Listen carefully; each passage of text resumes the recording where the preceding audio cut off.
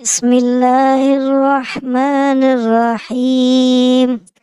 الحمد لله رب العالمين الرحمن الرحيم مالك يوم الدين إياك نعبد وإياك نستعين اهدنا الصراط المستقيم صراط الذين أنعمت عليهم غير المغضوب عليهم ولا الضالين.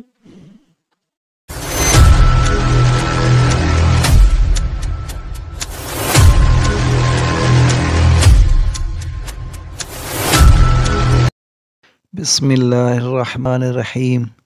یہ حیران کن ہے، جو پڑھے گا اس پر دباؤ آئے گا، لیکن یاد رکھنا دنیا کی کوئی طاقت اس پر غالب نہیں آ سکے گی، لیکن اس کو عمل میں لانا ہے۔